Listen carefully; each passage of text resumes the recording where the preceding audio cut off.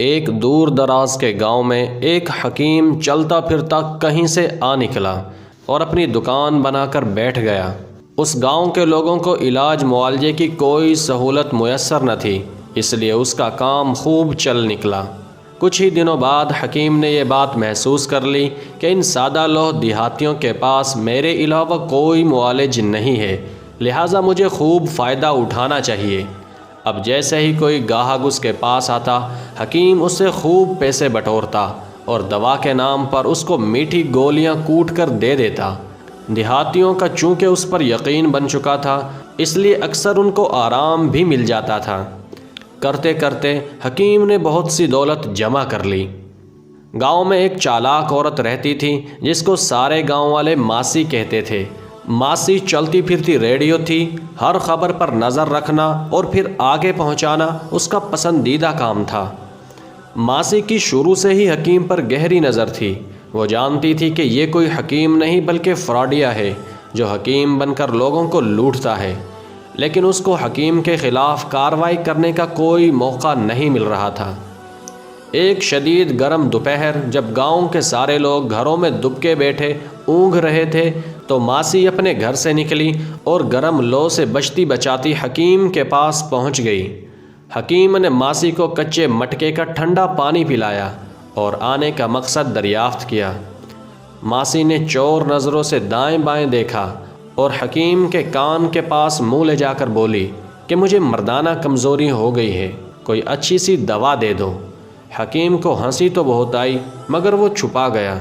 پہلے تو اس نے سوچا کہ ماسی کو بتا دے کہ یہ بیماری عورتوں کی نہیں بلکہ مردوں کی ہے، لیکن پھر اس پر حسب معمول لالچ غالب آ گیا۔ اس نے ماسی سے کہا کہ آپ فکر نہ کریں، دوا ہے تو مہنگی لیکن آپ کو 1 ہفتے میں فرق پڑ جائے گا۔ حکیم نے دوا کی پڑیا بنا کر ماسی کو دے دی اور جب پیسے طلب کیے تو ماسی نے کہا کہ میرے پاس پیسے تو نہیں ہیں، ہاں تم میرا ایک کانٹا رکھ لو، یہ خالص سونے کا ہے۔ حکیم کے تو مزے لگ گئے، اس کو اس کی سوچ سے بھی 100 گنا زیادہ مل گیا تھا۔ جیسے ہی ماسی دوا لے کر دکان سے باہر نکلی، حکیم اس کی بے وقوفی پر بہت دیر ہنستا رہا۔ جو مردانہ بیماری بتا کر مفت کی دوا سونے کے ایک کانٹے کے بدلے لے گئی تھی، مگر ماسی تو پھر ماسی تھی۔ اس نے شام ہوتے ہی شور مچا دیا کہ حکیم نے میرے گھر میں گھس کر میری عزت سے کھیلنے کی کوشش کی ہے اور سارا سونا اور پیسے لے کر فرار ہو گیا ہے۔ گاؤں کے لوگ بہت حیران ہوئے اور ماسی کو ساتھ لے کر حکیم کی دکان پر جا پہنچے۔ لوگوں نے حکیم کے سامنے ماسی کے لگائے الزامات دہرائے تو حکیم بیچارہ پریشان ہو گیا اور کہنے لگا کہ نہ تو میں اس کے گھر گھسا ہوں اور نہ ہی اس کی عزت اور دولت پر ڈاکہ ڈالا ہے، لیکن چالاک ماسی ضد کر رہی تھی کہ حکیم نے ایسا ہی کیا ہے۔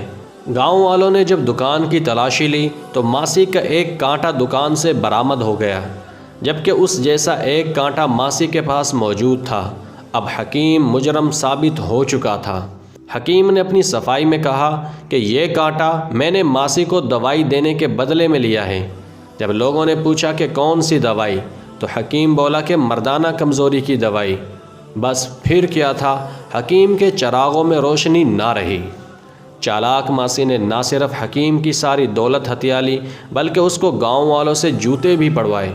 اب وہ حکیم حکمت چھوڑ کر مزدوری کرتا ہے، لیکن برسوں گزر جانے کے بعد وہ چالاک ماسی کو ابھی تک نہیں بھولا۔